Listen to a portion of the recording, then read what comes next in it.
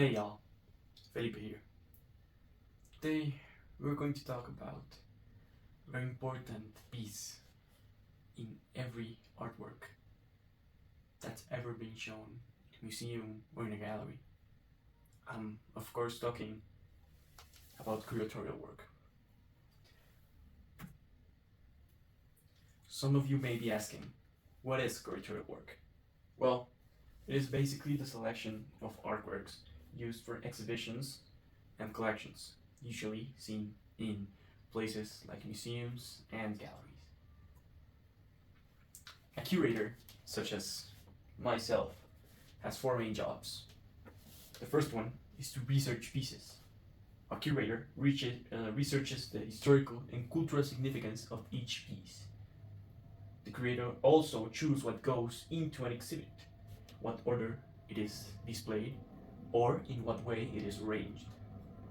A curator also writes the small labels, or in some cases, as we will see, big labels, near the artworks, usually with the goal of describing the meaning of each individual piece. And finally, a curator reserves and cares for the artworks of the collection, usually. Now, let's take a look at one of the most, well, let's say um, interesting curatorships that we have ever seen in the world. I'm talking about the Degenerate Art exhibition in Germany, Nazi Germany specifically. This will show us a very interesting perspective on like the social situation at the time, and we can analyze this by how the pieces were arranged. Now, the this degenerate art exhibition included various artists such as Kandinsky, Klee, Changel, and many others that mainly focused on Expressionism, Dadaism, Cubism, and Surrealism. The objective of this exhibition was to ridiculize, in a way, modern art and these new types of art forms that were rising at the time. And as a result, promoting the pure art in the classic realistic style that glorifies the Aryan race as superior. Now, the curatorship in this place is very interesting. Some pieces were hanged crooked, with a lot of them having phrases mocking each artwork written on the walls. The paintings and sculptures were close together and cramped, creating a claustrophobic space in which the viewer couldn't really appreciate any piece because the main focus was on the writing on the walls and the mockery of these artworks. Now, I'm going to show you a few examples of this. So, this is a picture of one of the rooms in the Degenerate Art exhibition. In this room, we can see, first of all, the types of artworks that were displayed in the exhibition.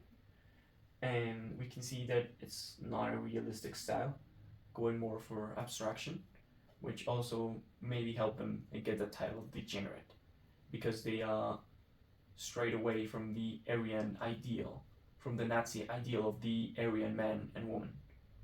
We here can also see the text on the walls, which is usually the main focus of these rooms. Also, we will see this better in the next examples, but the pieces are very cramped together, which makes each one of them lose value and importance. Here's another example in which we can actually see how people get to interact with the space. A part of curatorship is thinking about how people will approach the place, the room in where the artworks are. And this curatorship, it was intentionally done to be cramped and to be uncomfortable to be like there in the space with the artworks as a way of highlighting the point of these artworks being degenerate. Now, on this last picture, we can see, first of all, this is a picture where the place is empty, but in other pictures of this exact room, we can see the just sheer amount of people that were just cramped into this small space. We can also see right here the many paintings cobbled together in the same wall to remove importance from them, as well as the notorious text on the wall that was made to mock the pieces and criticize them.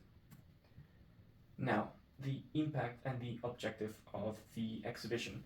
Well, the objective was to sort of a way condemn modern art, but ironically, it brought a lot of attention to it. Around 2 million people came to the exhibition to watch these artworks. But after that, the Nazis destroyed many of the artworks. But historically, the Nazis did brought a bit more of attention to this art form, and in a way that the degenerate art exhibition brings more attention nowadays to look back on it, because it is interesting to see the exhibition and analyze it, as well as its pieces, which were there to like destroy and to lose the meaning and value, but it ironically made them more valuable now. Now, I will talk about another gallery that me and a partner and a school partner visited. It was called Gallery and Restaurant Kathmandu, located in Usaken. Now, this place was very interesting, to say the least. As the name supports, it is both a restaurant and a gallery, with paintings being sort of depicting the Buddhist religion, as well as the plates and food in the place, like being Asian food that sort of fits with the theme of the paintings and of the place as a whole. Now, the curatorship in this was strange, to say the least. The main objective of the place was to be a restaurant. It was first a restaurant, then a gallery. But there were still a few interesting curatorships that were done in the place that actually help that actually help the create contrast between the rooms. The way this place was let me show you. So the way this place was distributed was that there was many small rooms, many like small rooms, like that each were like their private sitting and eating room for like groups, you know. So each of the rooms had their own vibe, still meeting with the restaurant's overall theme. Some rooms were lighter, some rooms were darker. Ones were inspired by different cultures, as the titles of the rooms that were on the entrances of them, and the artworks that were selected for each room fit the theme. Let's take a look at these examples right here. This first is one of the rooms, posing a more like cheerful vibe, to say the least. We also see like a lot of contrast with the colors, with the place, and like still, and it's just interesting how this will clash with the other rooms inside the building. So next we have a few more rooms.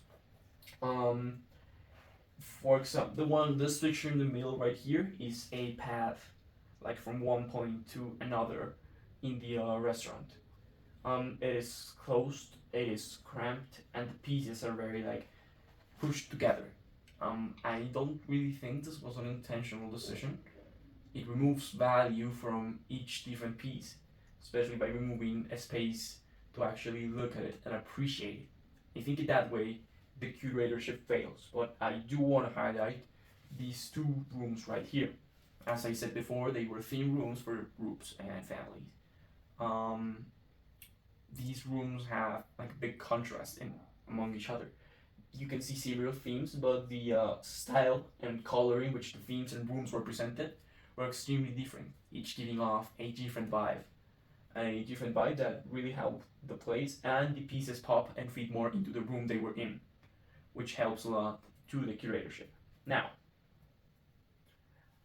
with all of this in mind, I would like to show you how I would be, or how I would curate my pieces if with the hypothetical but almost impossible situation of having infinite resources and being sort of able to adjust a little bit the size of some of my artworks. But still, let's take a look at my curatorship, and I emphasize that this is with infinite resources. Like if I had no limit to my ideas, this is my dream curatorship for my pieces. So let's go and take a look. Well, now in this picture, we can see how like the general idea for the curatorship on the first artwork. This curatorship, well, basically, its goal it's to contrast, but also to help like the meaning of the piece, like to it to feel more out of place. Of course, the curatorship will be done. This is only a reference image, but like the vibe of like the abandoned liminal space, contra and like the colors of the colorful but sort of eerie vibe of the room clash perfectly with the painting, given well not painting the artwork, given an excellent contrast that helps people be that helps the viewers be sucked into the painting and to be like the most um, eye-catching thing in the room. Meaning wise, the space in which the artwork is presented is in some way an inspiration for the artwork itself. We are looking at abandoned places that were made for children and evoke a false sense of nostalgia. Nostalgia that feels strange because of the emptiness of the place, which also is what it depicts in the artwork, which clashes perfectly with the colors of the place in itself, with which creates an interesting space and contrast to the artwork. Also, the like plainness of the paintings on the wall, like the paint, make it seem like there's an actual hole in the wall because of the perspective of the drawing, which is also important to quite literally suck people into the main artwork of the room. For this next artwork, the idea is kind of similar. I want to integrate my artworks to a space in which, in a sort of way, they make sense in, but also contrast with the colors of the space and bring much more attention to the artwork itself. For this artwork of the character Incineroar in a like head bust, like decapitated and and like stuffed, well, we can see this artwork in a place and above the fireplace, among an like near another animal that was in the same situation. I want like the artwork to be flat as well, to also not only contrast like this character being an animal, but also make a clear relation with like the part animal of the character and the part of the character that is a character originated in media, while also what it also simulates a because of the space and the artwork itself, it simulates the head of an animal hanging, but because of the 2D nature of the drawing, the background uh, and the 16 by 8 like size of the drawing, it can clearly like also be related, and also because it's above the fireplace, it can also be seen as a television, which is the goal of the artwork, to see it as a head bust and as a clear media character, and the contrast between the two.